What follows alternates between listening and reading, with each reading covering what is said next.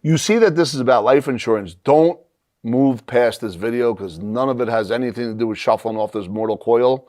This has everything to do with maximizing assets, creating tax-free strategies, and helping create generational wealth while you're in your working years, only to spend all that money down and have it replaced when you do shuffle off this mortal coil.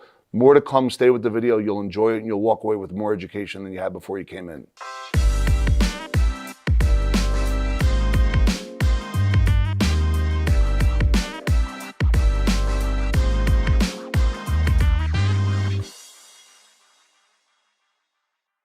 So today we're going to talk about the life stages of life insurance. A lot of people think that it's just for like mortgage protection, or that it's real inexpensive and you can go get a policy real easy. I'm not saying that's not the beginning of it, but what I am saying is we're going to dig deep into an education on how to really kind of not only be able to protect from mortgages and protect from a premature death, of course, but also how to build out the insurance through a process and over the years that can not only create leverage, liquidity, and control, give you the ability to get multiple uses of each and every dollar, and put yourself in a position to take advantage of things that are on discount because you plan properly along the way. So here it is. Why do people buy life insurance? Listen, typically, if you owned a home, you're going to have fire insurance, right? You want to make sure that fire insurance covers the full, not half, the full replacement of the home itself. If we look at life insurance, it offers financial protection for your family should anything happen to your life, let's say during the working years. You're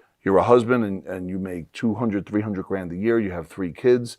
You want to make sure during that wealth accumulation phase, you have a death benefit of 20 times the amount of that income. Same thing if you're a wife or if you're single mom or single dad, whatever you're earning in an income, get a 20 factor when it comes to life insurance. I cannot tell you how many times that I see people either not have the right kind of insurance or the death benefit is way off. At the end of the day, the agent or the folks in this person's life didn't give them good information and kind of made life insurance a bad thing versus a good thing. But if you own a home and you want full replacement value of that house, I would do the same thing when it comes to life insurance. However, there also exist ways that life insurance can offer financial freedom without anyone having to die, which we'll get into. But when you look at your first policy, as a matter of personal responsibility, it's a good idea to get some form of life insurance once you enter adulthood. Get a term policy, get an inexpensive term, but make sure that once you get a medical where your blood spills, that you have the ability to, without having another medical done, convert your term into whole life over the years. This is usually in the form of term.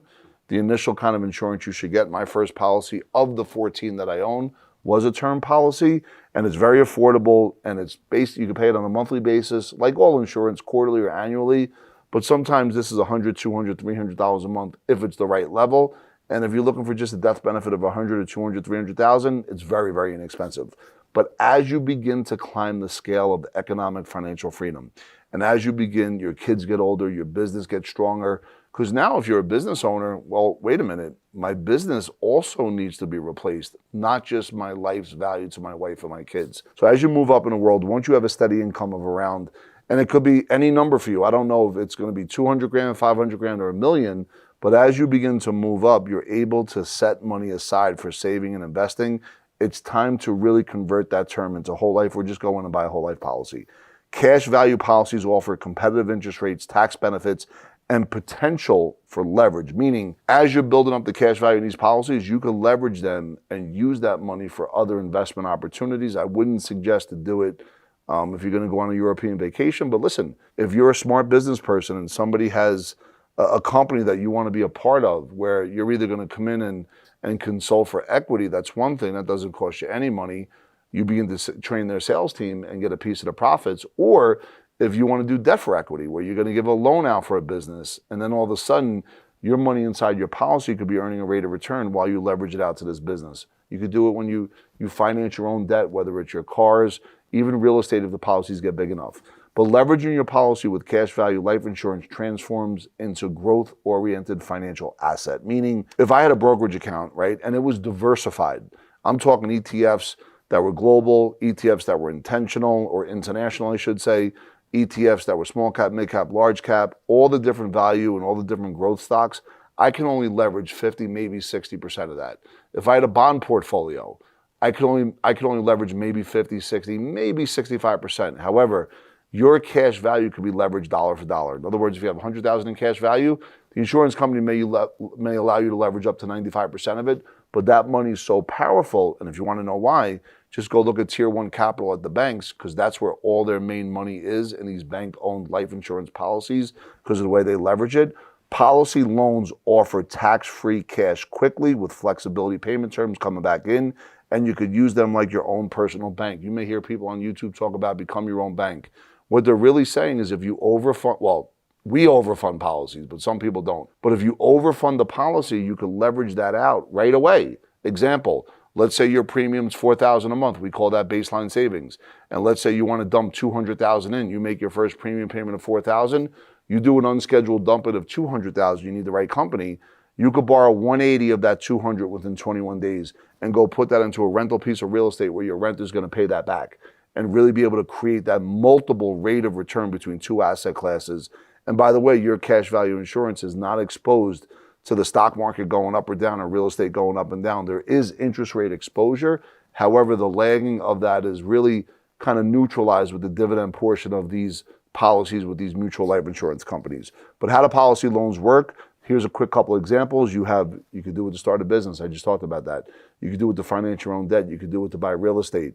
You could do it where you're going to have a tax-free consumer loan where you're a hard money loan. You're a hard money lender to someone that wants to buy real estate, and you get to own a piece of that real estate if they don't pay it back. And you could use it as a mortgage down payment on any of your other investments. You always want to be able to plan with the end in mind. Life insurance as part of an estate plan is the ultimate tax-free way to transfer wealth to your beneficiaries. And what that's basically saying is make sure you put the insurance inside a trust, but be careful. You don't have to run and do it right away, because you're going to get an estate attorney say, listen, that life insurance is going to jack up your death benefit. And the answer is, however, if you're a married couple, you have time to put it into the trust unless you die together.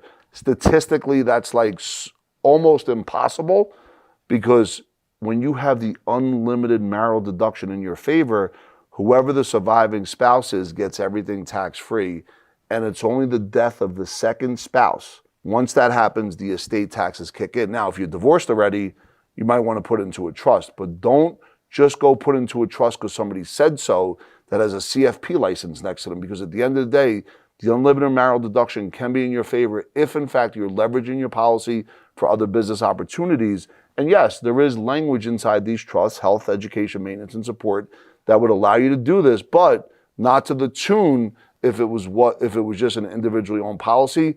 That's a different argument for a different day. You could get 5 people on each side that are going to disagree and agree. It still comes down to understanding the statistical chances of both spouses dying if you're not divorced, and at the end of the day, what that would look like to the surviving spouse when, in fact, they would get everything tax-free under the unlimited marital deduction. Both the policy's cash value and death benefit are non-taxable assets. It could gross up the estate, though.